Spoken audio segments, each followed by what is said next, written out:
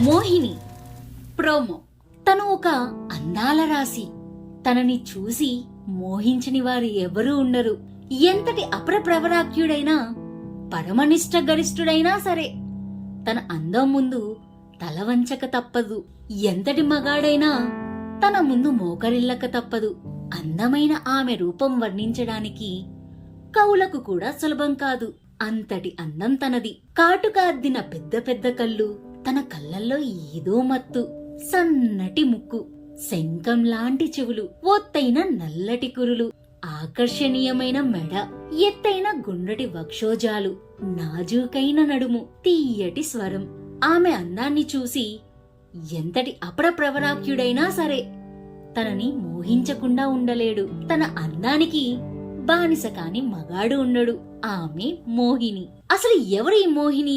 సరిగ్గా 200 సంవత్సరాల క్రితం ఇంద్రసేనుడని ఒక రాజు ఉండేవాడు. అతనికి దేంట్లో కూడా సాటి వచ్చేవారు ఎవరు జగతి మీద లేరు. ఒక్క స్త్రీ వ్యామోహం తప్ప అతనికి ఎలాంటి దురలవాట్లు లేవు. తన తెలివితేటలతోనే యుద్ధ ఆవశ్యకత లేకుండా ఎన్నో రాజ్యాలు తన సొంతం చేసుకున్నాడు. ఏకఛత్రాధిపత్యం అతని కళ. అతనికి ఎదురు తిరిగిన వారెవరిని క్షమించేవాడు కాదు. అతని శత్రువులందరూ ఒకటై అతనిని అంతం చెయ్యాలి అనుకుంటారు. ఇంద్రసేనుడి కారణంగానే తన సోదరి చనిపోయిందని అతని మీద పగ పెంచుకున్నాడు అతని మంత్రి. ఆ మంత్రి కూడా వాళ్ళతో చేతులు కలుపుతాడు. ఇంద్రసేనుడి న్యాయ మార్గంలో ఎదుర్కొని గెలవలేమని తెలిసిన అతని మంత్రి ఎలాగైనా అతనిని చంపాలని ఆలోచించి దృఢంగా సంకల్పించుకొని ఎన్నో మార్గాలలో అన్వేషిస్తాడు. చివరికి అతడు కరాళుడనే మాంత్రికుడి గురించి తెలుసుకుంటాడు. కరాళుడు ఒక దుష్ట మాంత్రికుడు, దుష్టశక్తి ఉపాసకుడు. ఈ విశ్వాన్ని సాధించడమే అతని లక్ష్యం.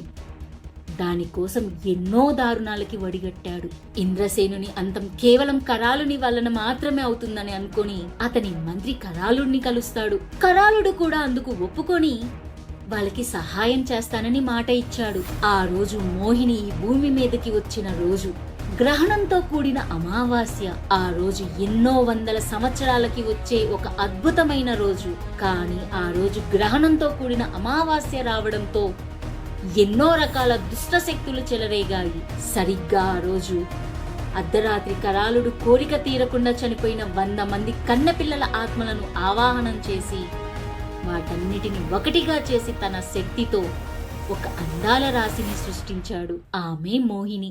ఈ మోహిని ఏం చేస్తుంది అని అడిగాడు మంత్రి. కరాళుడు అని నవ్వి, తను అందరిలాంటి మామూలు ఆడది అనుకుంటున్నావా మహామంత్రి? తన అందం చూసి అప్సరస అనుకుంటున్నావా? కామవాంఛతో రగిలిపోతున్న రక్త పిశాచి తను. మన్మధునికే ముచ్చెమటలు పట్టించేంత కామం తన బలం. శృంగార సామ్రాజ్యానికి మహారాణి. తను ఎప్పుడు వస్తుందో, ఎక్కడ నుండి వస్తుందో, ఎలా వస్తుందో ఎవరికీ తెలియదు. తన వస్తుందని గుర్తుగా సహజంగా తన శరీరం నుండి వచ్చే సుగంధ పరిమళం ఆ ప్రాంతమంతా వ్యాపిస్తుంది. ఆ నీలి నయనాలను చూసి తన వశం కాని వారెవరూ ఉండరు. తను ఎల్లప్పుడూ కామవాంఛతో రగిలిపోతూ ఉంటుంది. మగవారితో శృంగారం చేసి తన వారితో సంతృప్తి చెందక వికృతమైన పిశాచి రూపంలోకి మారి వారి రక్తం పీల్చి ప్రాణం తీస్తుంది. మోహినిని సంతృప్తి పరచడం అసంభవం. కాబట్టి ఇంద్రసేనుడి మీద నువ్వు ప్రయోగించాల్సిన అస్త్రం ఈ మోహినినే.